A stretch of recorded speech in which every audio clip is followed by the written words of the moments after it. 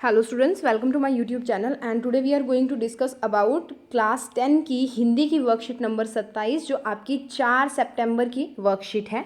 इसके अंदर हमने क्या किया था, इससे पहली वाली जो वर्कशीट्स थी उनके अंदर हमने जो औपचारिक पत्र थे वो लिखे। ठीक है, अब हम लिखेंगे अनौपचारिक पत्र। औपचारिक पत्र यानी कि किसी जो सरकारी संस्था है, किसी स्कूल के प्राध्यापक हैं यानी कि मुख्य अध्यापक हैं, प्रिंसिपल हैं उनको, या किसी भी सरकारी अफसर वगैरह को, सरकारी संस्था को, इनको लिखे जाते हैं। ठीक है, अब यहाँ पे बात करते हैं हम अनौपचारिक पत्र की। तो इसमें महत्वपूर्ण कौन सी बातें हमने ध्यान रखनी है? इसमें व्यक्तिगत सुख दुख और अनुभव का विवरण होता है। इसमें तथ्यों के साथ साथ आत्मिक भावों को भी महत्व दिया जाता है। यह पत्र प्रेम भाव और विचार विमर्श करने के लिए लिखा जाता है।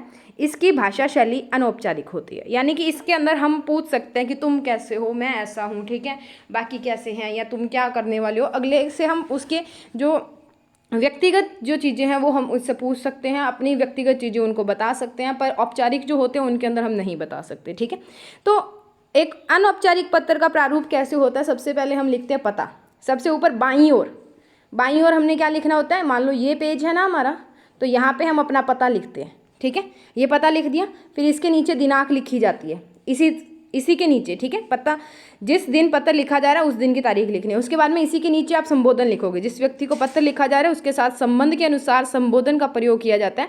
जैसे बड़ों के लिए पूजनीय, पूज्य, आदरणीय शब्दों का प्रयोग किया जाता है। छोटों के लिए प्रिय, प्रियवर, स्नेही आदि का प्रयोग किया जाता है। उसके बाद में अभिवादन करना होता है। अभिवादन के लिए हम बड़ों के लिए बोलते हैं कि सादर प्रणाम, चरण स्पर्श, नमस्ते, नमस्कार, और छोटों के लिए ये बोल देते हैं कि मधुर प्यार, स्नेह, ठीक है, बहुत सारा प्यार, सदा खुश रहो, ये रहो, वो रहो। ठीक है, उसके बाद में है मुख्य विषय। उसके बाद में हमने जो है वो उसका विषय लिखना होता है। मुख्य विषय को मुख्यतः 3 अनुच्छेदों में विभाजित करना होता है। पहले अनुच्छेद की शुरुआत कुछ इस प्रकार होगी: हाँ, मैं यहाँ कुशल हूँ, आशा करता हूँ कि तुम भी वहाँ कुशल होंगे।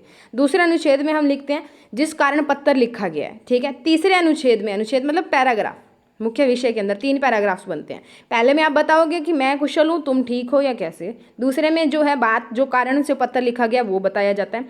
तीसरे अनुच्छेद में समाप्ति से पहले कुछ ऐसे वाक्य जो परिवार और संबंधियों की कुशलता के लिए, या किसी को अगर आपने प्रेरणा देनी है तो उसके लिए। और लास्ट में हम लिखते हैं कि बड़ों को प्रणाम, छोटों को आशीर्वाद व प्यार। ठीक है, समाप्ति में हम क्या लिखते हैं? अंत में हम प्रेषक का संबंध, जैसे आपका पुत्र, आपकी पुत्री, आपकी भतीजी, आपकी बहन, आपका भाई, ऐसा लिखते हैं। ठीक है, नीचे आपको दिया हुआ है अपनी बहन को पत्र लिखकर योगासन करने के लिए प्रेरित कीजिए। यहाँ पे आपको पता दिया हुआ है, आपने अपना पता लिखना है। यहाँ पे अपनी दिनांक लिखनी है, डेट लिखनी है। यहाँ पे संबोधन कि मेरी प्रिय बहन, अभिवादन, स्नेह आप बोल सकते हो, या बहुत बहुत बहुत प्यार आप इसको बोल सकते हो। उसके बाद में मैं यहाँ कुशल हूँ, आशा करता हूँ कि तुम भी वहाँ कुशल होगी, या आशा करती हूँ कि तुम भी वहाँ कुशल होगी। इसमें आपने अपना विषय लिखना है, और लास्ट में आपने लिखना है मेरी तरफ से बड़ों को प्रणाम, छोटों को आशीर्वाद व प्यार आदि। उसके बाद में आपने समाप्त कर देना है। तो देख लेते हैं, ये मैंने जो है अनौपचारिक पत्र लिखा है उसको देख लेते हैं, डिस्कस कर लेते हैं। तो बच्चे देख लेते हैं आज का अनौपचारिक पत्र। पहला है, मैंने जो लिखा है वो है 27 प्रताप नगर, आगरा, उत्तर प्रदेश। आप अपना एड्रेस जो है वो लिख सकते हैं, या ये भी लिख सकते हैं। उसके बाद में दिनांक 20/9/2015। आप जब भी पत्र लिखोगे तब की तारीख लिखनी है। ठीक है, प्रिय हेमलता, स्नेह का मतलब होता है प्यार। उसके बाद में मैं यहाँ कुशल हूँ, आशा करती हूँ कि वहाँ पर भी सब कुशल होंगे। अभी अभी मुझे पिताजी का पत्र प्राप्त हुआ और उनसे घर के सभी समाचार भी ज्ञात हुए। साथ ही यह भी पता चला कि तुम्हारा स्वास्थ्य कुछ ठीक नहीं है, अपने स्वास्थ्य का ध्यान रखा करो। तुमने एक कहावत तो सुनी होगी, पहलो सुख निरोगी काया, अर्थात स्वस्थ शरीर को पहला सुख कहा जाता है। इसके लिए आवश्यक है कि तुम हमेशा योगासन किया करो। भागदौड़ भरी जिंदगी में व्यस्त रहने के कारण कोई भी स्वास्थ्य की ओर ध्यान नहीं देता। योग एक ऐसा साधन है जो शरीर को स्वस्थ रखने में महत्वपूर्ण भूमिका निभाता है। इसीलिए मैं यही सलाह दूंगी कि तुम नियमित रूप से योगा किया करो, जिससे तुम्हारा शरीर चुस्त और फुर्तीला हो जाए और शरीर की प्रतिरोधक क्षमता भी बढ़ेगी।